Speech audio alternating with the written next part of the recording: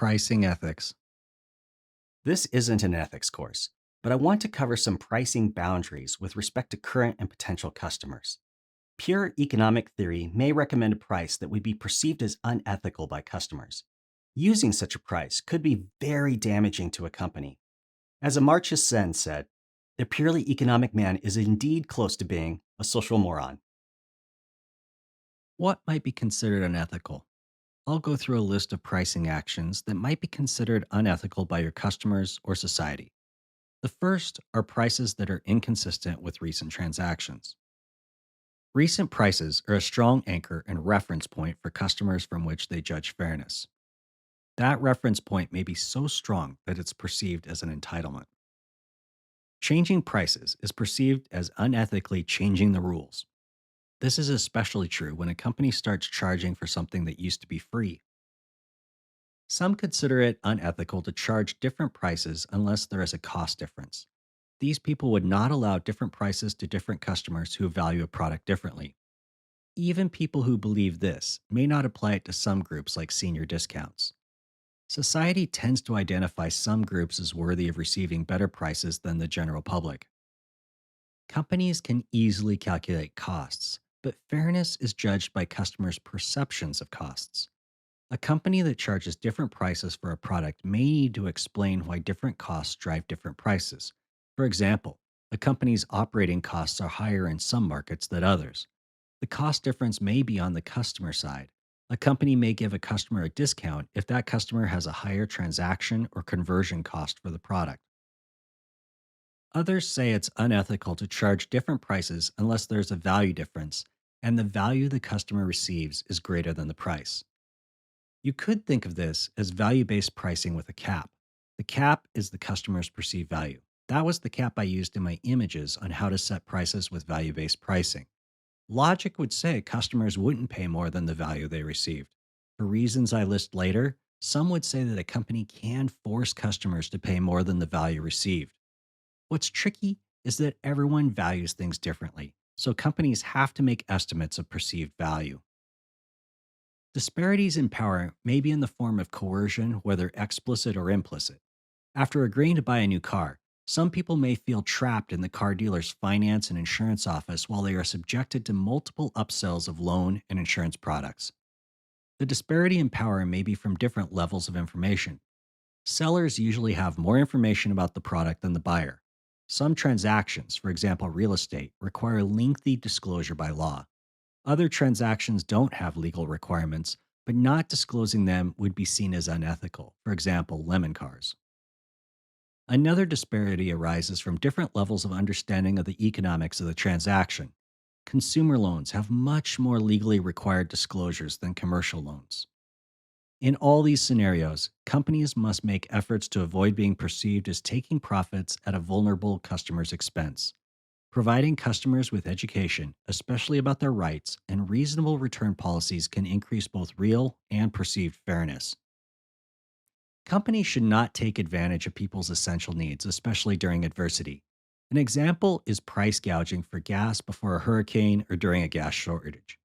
Another example is high drug prices. Especially in the gas example, the economic theory of supply and demand would say prices should greatly increase. That's not going to fly with customers and in the press when vulnerable people are hurting. A study asked participants if it would be acceptable or unfair for a hardware store to raise the prices of a snow shovel from $15 to $20 after a large snowstorm. When they asked MBA students, 76% said this was acceptable and 24% said this was unfair. If their responses shocked you, you may be a regular, in other words, a non MBA person, because 82% of regular people said this was unfair and 18% said it was acceptable. This is called theory induced blindness. Finance, accounting, and business people are susceptible to this. People agree companies need to make money to survive, but exceptionally high prices are suspect. These companies may be seen as taking advantage of people, especially those with the least income to pay high prices. An industry that's very vulnerable to this is the oil industry. People are very price sensitive to gas prices. Companies in this industry may be making record profits while consumers are being crushed by high inflation. These companies have to tread lightly in their earnings press releases. What's fair versus excessive is very subjective. It may not be objective, but rather varies with perceptions of the overall company. In this case, brand marketing helps avoid unfair pricing allegations. Society judges that some goods should be available to all. These are often basic needs like food, clothing, and shelter. Available doesn't mean free, but an option must be available for those of limited income. Medical care is an area where concerns about this are very prevalent. For example, a person may have a condition for which their doctor recommends a procedure or medication. Unfortunately, the patient's insurance doesn't cover it, or the patient doesn't have insurance. The patient can still receive the procedure or medication, but they will have to pay a very high price for it. A wealthy person can afford this, but many can't. Medical care is perceived by many to be a right, but there are wide ranges of what people have to pay. Those prices are beyond some patients' ability to pay. Here's another short case study. I was the CFO of a health clinic system that had a sliding fee scale for patients without health insurance. The prices those patients paid were based on their income. Patients with lower incomes paid less for their treatment than those who had higher incomes and could probably pay more. Each patient paid a different amount based on their income, but all patients paid based on the same pricing policy.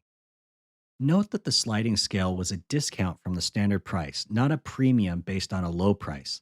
This is seen as more fair. I'll talk more about this later.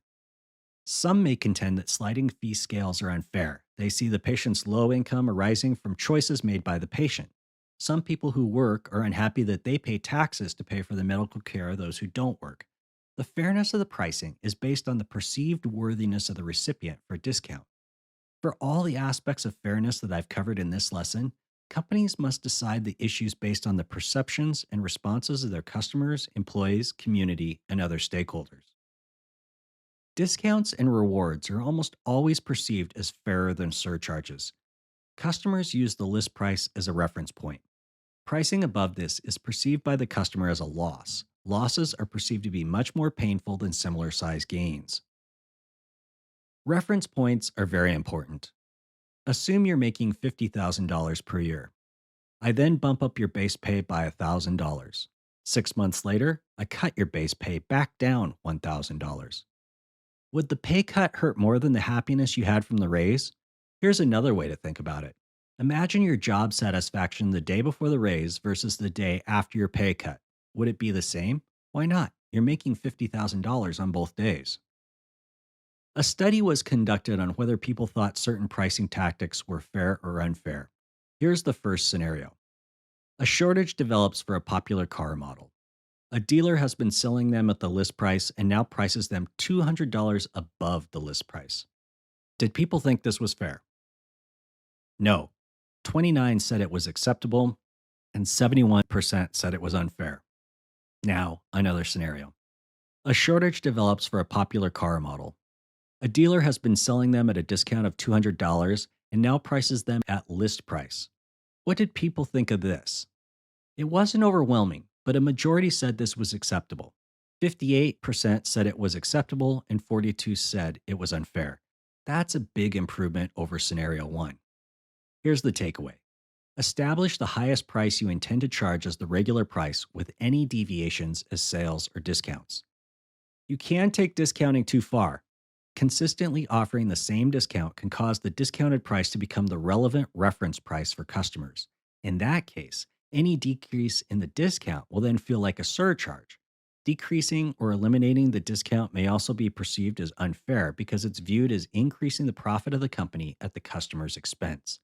They interpret the old discount as one that provided a fair profit, but now the company is getting greedy.